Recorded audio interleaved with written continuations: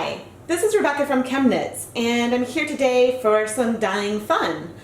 Today we are going to hand paint 100 grams of worsted weight 100% wool yarn from Knit Picks with some fun flavors of Kool-Aid. These packets of Kool-Aid contain citric acid and food coloring, which is all that we need to dye yarn. We don't need to mess around with vinegar or anything else today. I am especially excited with this project because I started out dyeing yarn using Kool-Aid because it was the most accessible form of home dyeing that I had at the time. When you're dyeing yarn with Kool-Aid, you will find that there are differences both in the colors and in the concentration of the dyes that are present. So, for example, the cherry flavor has red number 40 and blue number 1 and is very potent to give you the red flavor. I guess I'll start this way. The ice blue raspberry lemonade contains blue number 1, but it's pretty pale when you compare it to the red. The grape color has red number 40 and blue number 1. And to contrast this with Wilton's Violet, that breaks beautifully, that has red number 3 and blue number 1. And so this is, I guess, closer to what you would see in Wilton's Black, if you want to compare it to some of those. The Tropical Punch also has red number 40 and blue number 1, but because there's probably different concentrations, the color might be slightly different or maybe not that noticeably different from the cherry. The pink lemonade is a lot paler, but also is just red number 40 actually. But it is significantly paler than the cherry. To get like a red, you would need many, many, many packets of pink lemonade. And then finally, the black cherry color has red number 40 and blue number 1. And so I think that given that these three flavors all have the same ingredients, but obviously at different proportions, you get slightly different colors. On my counter, I have 6 cups of water that I will use to mix up the dyes for the hand painting. Each cup contains 1/3 of a cup of water, and just water. There's nothing else in it. So that was great. So I'm just opening and pouring the entire contents of the package into the cup. Given that none of these have red number 3, the colors end up being fairly consistent, and I usually don't see a lot of breaking. Now I'm just taking a fork and stirring up the cup to try to dissolve the powder in liquid. And given that there's so little dye that goes on the fork, I'm going to be using the same fork for multiple colors. Oops, and I did splash some on my floor. Lovely. In general, when I'm using one utensil, sometimes I'll wipe it off on a paper towel, but otherwise I try to go from lightest color to darkest, so that way I don't contaminate the colors too much. But it's also a lot of fun to mix these colors together to create colors that are halfway in between and to make gradients. So you can have a lot of fun playing around with this. But today, I think I'm going to just focus on the pure colors. I have protected my work surface today with some plastic wrap. And I'll use this at the end to wrap up the yarn before we microwave it, so that way colors will kind of stay in their designated sections. I pre-soaked this yarn overnight, but 20 to 30 minutes is sufficient to saturate the fiber, and I wrung out all the liquid so that way it's damp but not dripping, because we want there to be, I guess, space for the yarn to take up the colors that we dyed here today. Now when it comes to how to apply the dye to the fiber, there's many different things you can do. Sometimes I like to use some syringes that I have left over from kids' medicines, but today I think I'm just going to kind of pour it to apply it to the yarn. So I think I'm going to start with this Tropical Punch, and well, I'm going to do this with my left hand, and I'm just going to lightly pour this kind of in a line over the yarn, and then with my hand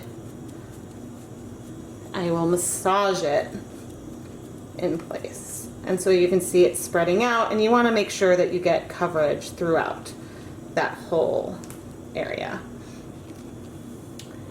And it is also handy to have a paper towel nearby so that way you can wipe excess dye off of your fingers. And because I am curious, let's add some cherry right next to it.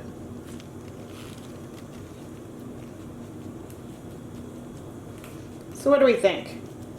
Are these colors that different? Not really. But when we spread the dye in between, we can get kind of a lighter section in between them. So you can do that in blend colors, and there's a lot of stuff you can do. You can really keep the dye kind of concentrated in an area for a darker color, or move it to get variations of the color, which is one of the reasons why hand painting can be so much fun. So right now this is the black cherry. I'm pouring it on. I think I'm going to wait. Just going to quickly press in the center of this so it goes all the way through, but I think I'm going to wait to massage it more until I've added more of the colors.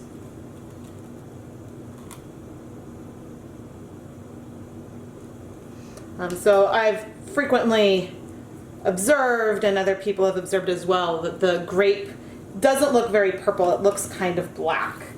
And I think it's because of the red number 40.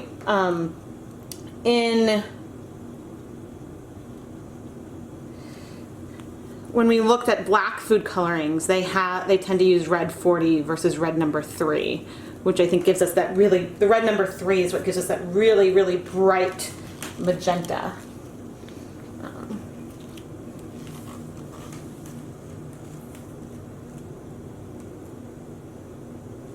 I think if I were going to drink one of these, the one that I would most like to drink would be the pink lemonade or the ice blue raspberry lemonade. I'm kind of partial to that flavor. Also, I'm not a huge fan of drinks that dye my tongue colors. I prefer to keep my dyeing to yarn and not my own skin. And so that's why I'm wearing gloves, just because I don't want to color myself. Ooh, that's really vibrant. Nice and concentrated.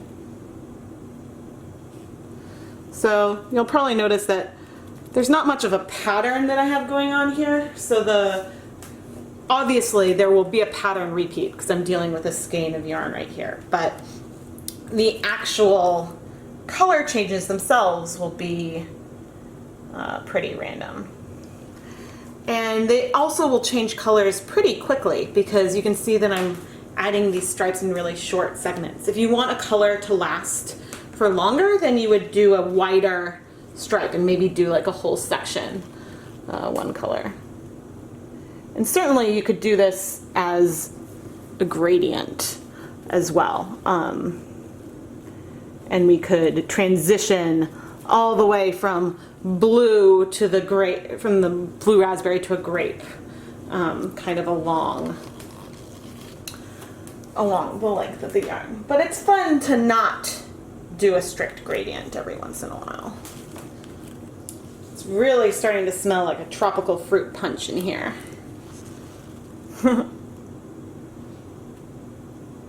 And so if you're gonna dye with food color or with Kool-Aid in a pot, the thing that's fun is you can reuse the citric acid. I mean, you could always reuse the vinegar from a pot, but it's kind of fun to reuse the citric acid just because it smells so good.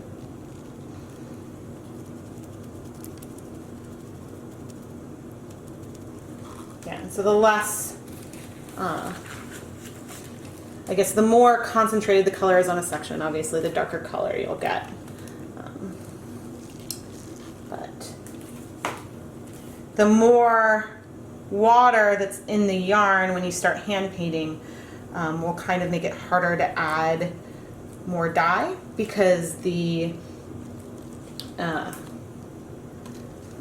will, right now it's kind of all getting soaked up into the yarn, but it'll just kind of pool out in more of a mess. Let's add some more pink right here, I think. If I wasn't trying to film, I would probably have, spread this out a little further, but I wanted to kind of try to keep things a little close. Yeah, let's add a little pink right here. That'll be fun.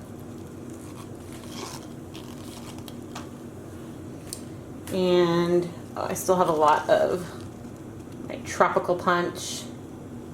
Ooh, that looks very dark right there. You don't have to, and you obviously don't have to finish using all the colors. But I find that 5 or 6 packets is a good number for dyeing your yarn. Whoops. Sorry, kind of blocked that.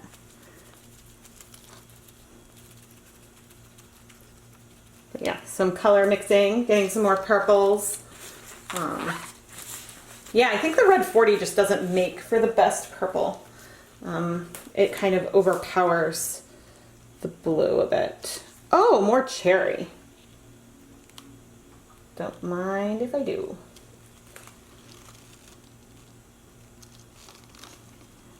Whenever I try to pour with my left hand so I don't block the camera, it's a little bit of a mess.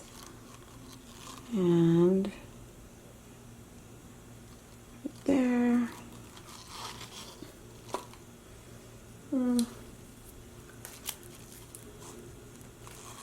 Got a bit more grape. Put that back there.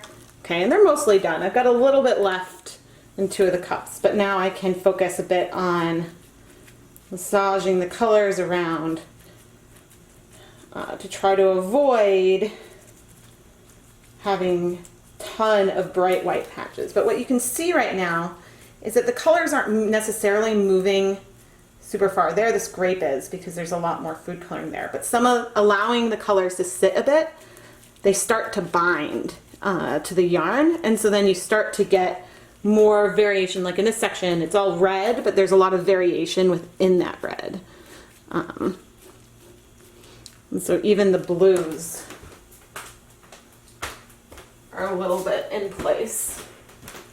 So this makes it kind of fun. Yeah, so the more liquid in a section, the easier it is to smush together. And I could wipe my hands in between each section if I cared about not contaminating. It's not really a contamination, but if I wanted to avoid mixing colors in certain spots.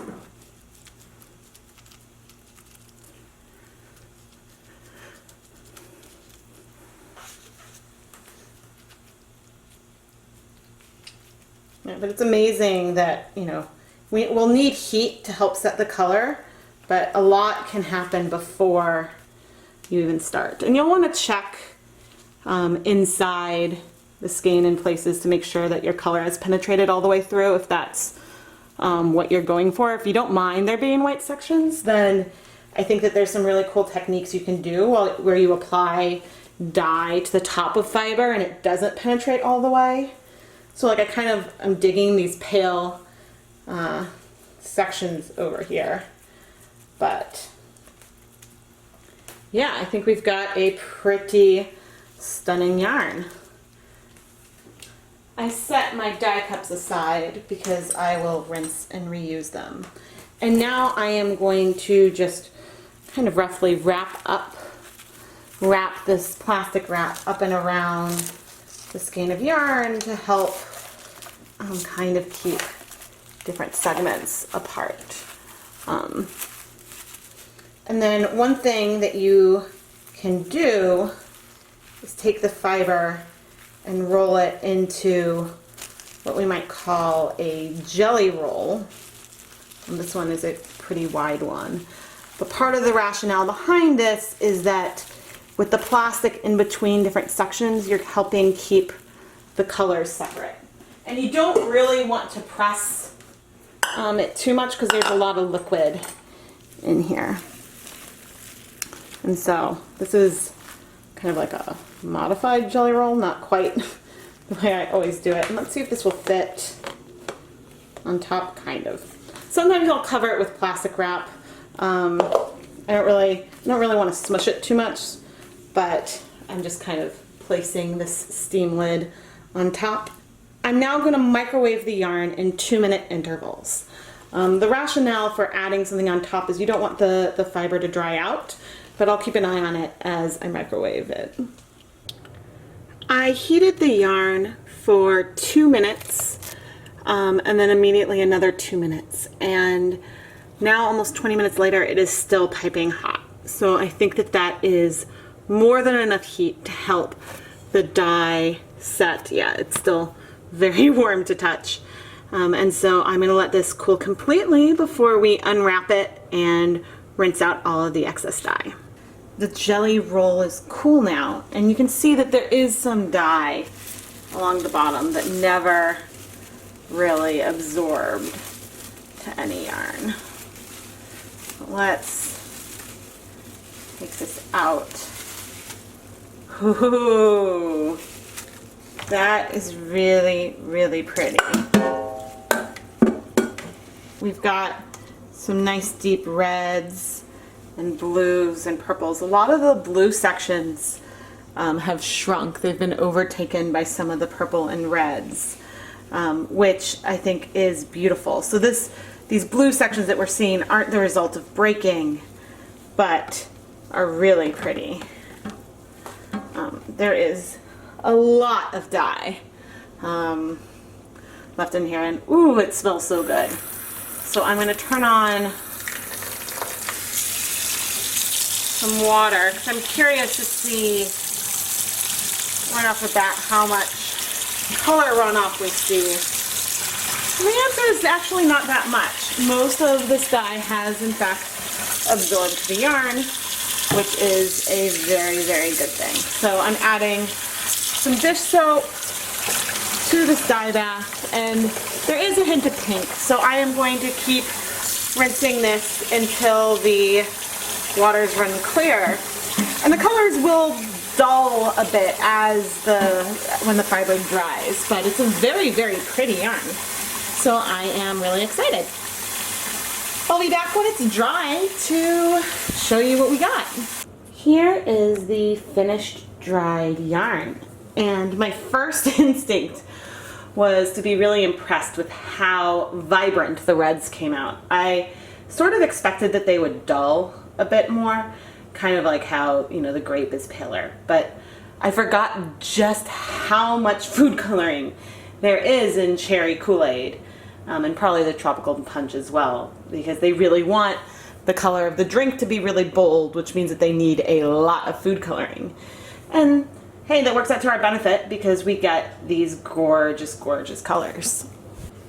The only real problem with using Kool-Aid to dye yarn is that you're really limited to a lot of reds, and you have very few choices if you want to deal with blue and green and purple. So that's why I guess I started dyeing yarn with Kool-Aid, and then I branched out to adding other food coloring in because I wanted to expand beyond the reds. But oh, the reds are gorgeous. I mean, look how deep this dark cherry is with the burgundy, and I just think it's pretty fun that all of these really exciting shades came from a packet of drink mix. And I love the way that different colors mix with each other when you hand paint yarn, because you get I mean, the yarn isn't perfectly regular with the repeats all the way around, but it's more regular than from something that I were to space dye. But I think that this could turn into a really exciting hat or maybe set of mittens, and would just be really kind of fun and delightful. I hope that you enjoyed coming along and dyeing yarn with me today. Please make sure that you subscribe to the ChemKnits Tutorials channel so that way you can get updates on when I publish new videos and when I go live. I have a lot of exciting content to share with you guys in the future. I am Rebecca from ChemKnits, and thank you for watching.